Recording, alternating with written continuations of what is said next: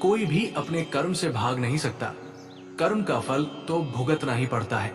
इसलिए अच्छे कर्म करो ताकि अच्छे फल मिले।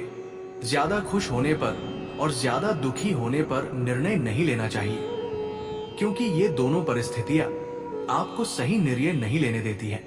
जो होने वाला है वो होकर ही रहता है, और जो नहीं होने वाला वो कभी नहीं होता। जो ऐसा मानते हैं उन्हें चिंता कभी नहीं सताती है। सही कर्म वो नहीं है जिसके परिणाम हमेशा सही हो, बल्कि सही कर्म वो है जिसका उद्देश्य कभी भी गलत ना हो। धरती पर जिस तरह मौसम में बदलाव आता है, उसी तरह जीवन में भी सुख दुख आता जाता रहता है। जो व्यवहार आपको दूसरों से अपने लिए पसंद ना हो, ऐसा व्यवहार दूसरों के साथ भी ना करें। हे पार्थ, तुम फल की चिंता मत करो। अपना जरूरी कर्म करते रहो, मैं फल जरूर दूंगा।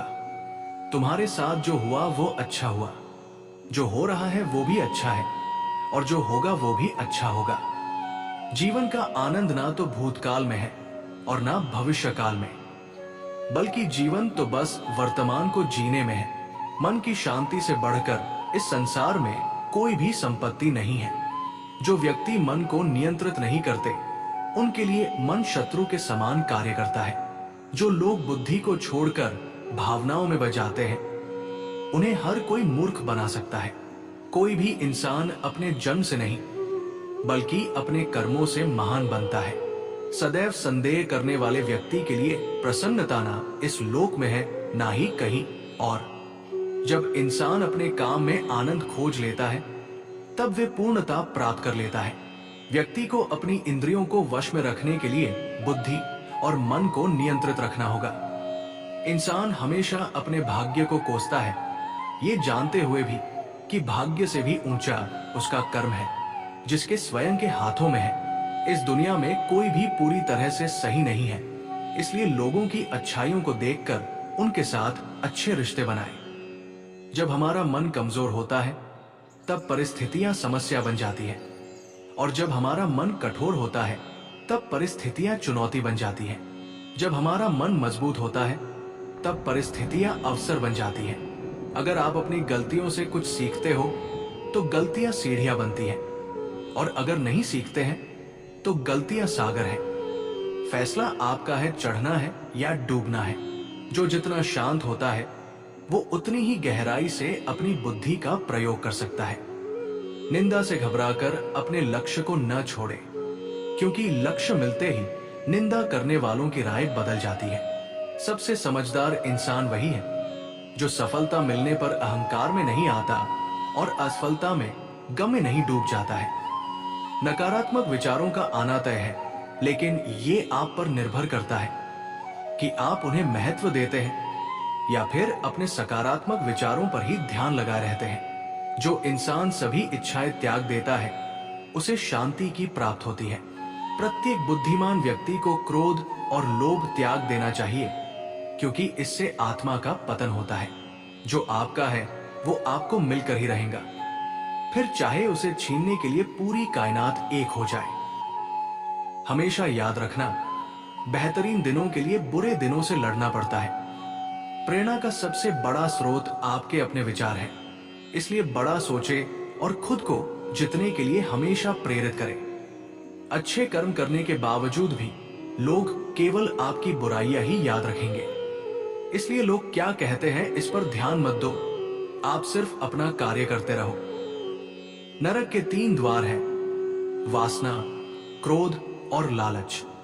मैं उन्हें ज्ञान देता हूं जो सदा मुझसे जुड़े रहते हैं और जो मुझसे प्रेम करते हैं। समय से पहले और भाग्य से अधिक किसी को कुछ भी नहीं मिलता। इंसान अपने विश्वास से बनता है, जैसा वो विश्वास करता है वैसा वो बन जाता है। लगातार कोशिश करने से अशांत मन को वश में किया जा सकता है। सिर्फ मन ही किसी का दोस्त और किसी का दुश्मन होता है। चुप रहने से बड़ा कोई जवाब नहीं, और माफ कर देने से बड़ी कोई सजा नहीं।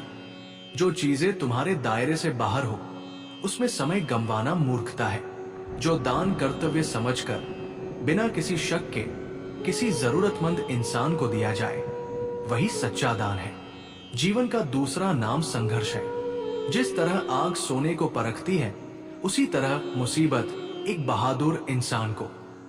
अभिमान नहीं होना चाहिए कि मुझे किसी की जरूरत नहीं पड़ेगी, और ये वहम भी नहीं होना चाहिए कि सबको मेरी जरूरत पड़ेगी। जो मनुष्य फल की इच्छा का त्याग करके केवल कर्म पर ध्यान देता है, वो अवश्य ही जीवन में सफल होता है।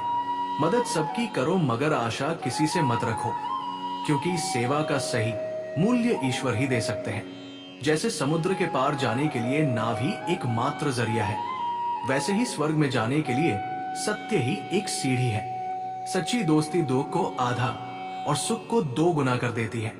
जितना हो सके खामोश रहना ही अच्छा है, क्योंकि सबसे ज्यादा गुनाह इंसान से उसकी जुबान ही करवाती है। परिवर्तन संसार का नियम है। समय के साथ संसार में हर चीज परिवर्तन के नियम का पालन करती है। जो बीत गया उस पर दुख क्यों करना, जो है उस पर अहंकार क्यों करना, और जो आने वाला है उसका मोह क्यों करना। एक समय की बात है, एक गांव में एक ब्राह्मण रहता था। एक बार किसी परिवार ने उसे अपने यहाँ ब्राह्मण भोज पर बुलाया और दान में उसे एक बकरा दिया। बकरे को पाकर वो बड़ा खुश हुआ और खुशी से अपने घर जाने लगा। रास्ता लंबा और सुनसान था। रास्ते में ब्राह्मण के कंधे पर बकरे को देखकर 3 ठग के मन में उस बकरे को चुराने का विचार आया। तीनों ने उसे हथियाने की योजना बना ली। तीनों अलग अलग हो गए। ब्राह्मण के पास से गुजरते हुए एक ठग ने उनसे कहा, क्या पंडित जी, एक ब्राह्मण होकर एक कुत्ते को अपने कंधों पर उठा रखा है आपने? ब्राह्मण ने कहा, अंधे हो क्या? कुछ भी अनाप शनाप बोल रहे हो? तुम्हें दिखाई नहीं देता ये कुत्ता नहीं बकरा है? इस पर ठग ने कहा, मेरे काम था आपको बताना, आगे आपकी मर्जी। थोड़ी दूर चलने के बाद ब्राह्मण को दूसरा ठग मिला। उसने ब्राह्मण से कहा, पंडित जी, क्या आप नहीं जानते उच्च कुल के लोगों को अपने कंधों पर कुत्ता नहीं लादना चाहिए? ब्राह्मण ने उसे भी झिड़का दिया और आगे बढ़ गया। थोड़ी और दूर आगे जाने के बाद ब्राह्मण को तीसरा ठग मिला और उसने पूछा, पंडित जी, इस कुत्ते को पीठ पर लाद के जाने का क्या कारण है? इस बार ब्राह्मण के मन में शक आया कि कहीं उसकी ही आंखें तो धोखा नहीं खा रही है। इतने लोग तो झूठ नहीं बोल सकते। और उसने रास्ते में थोड़ा आगे जाकर बकरे को अपने कंधे से उतार दिया और अपने घर की ओर आगे बढ़ गया। उसके आगे जाते ही तीनों ठग बकरे को वहां से उठा ले गए और उसे मारकर उसकी दावत खाई।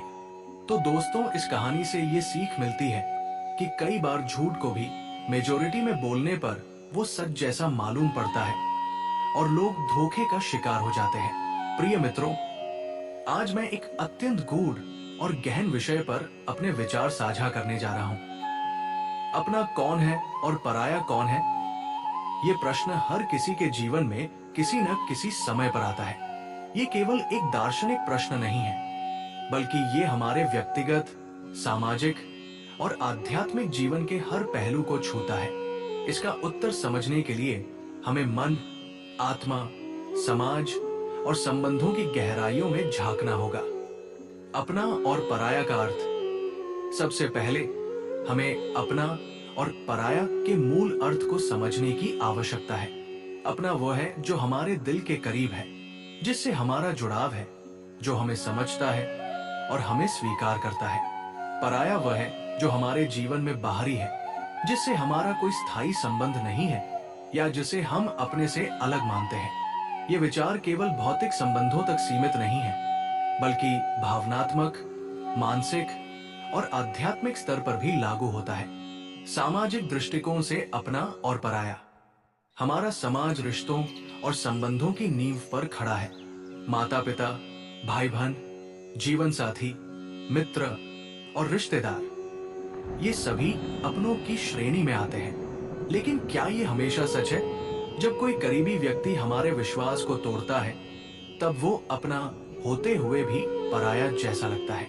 वहीं जब कोई अपरिचित संकट के समय सहायता करता है, तो वो पराया होते हुए भी अपना बन जाता है।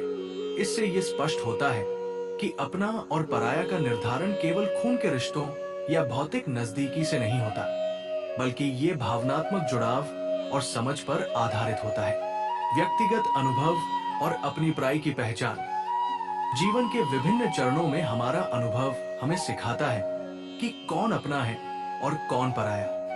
एक, बचपन में माता पिता, भाई बहन और परिवार के अन्य सदस्य अपना होते हैं। हम उन्हें अपना मानते हैं क्योंकि वे हमारी हर जरूरत का ख्याल रखते हैं। दो, युवावस्था में मित्र, शिक्षक और सहकर्मी हमारे अपने बन जाते हैं। इस उम्र में भावनात्मक संबंध और सामूहिक अनुभव महत्वपूर्ण होते हैं। तीन, वृद्धावस्था में जीवन के उत्तरार्ध में जो लोग हमारे साथ खड़े रहते हैं वे अपना होते हैं। लेकिन इस यात्रा में हमें कई बार ये सीखने को मिलता है कि जो आज अपना है वो कल पराया भी हो सकता है और जो पराया है वो अपना बन सकता है। आध्यात्मिक दृष्टिकोण।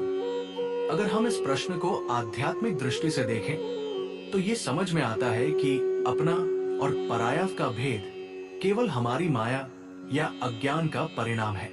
गुरु और शास्त्रों का संदेश। भगवद गीता में कहा गया है कि सभी जीव आत्मा के रूप में समान है। आत्मा न तो किसी का अपना है न पराया। हमारे सभी रिश्ते केवल इस भौतिक संसार तक सीमित है।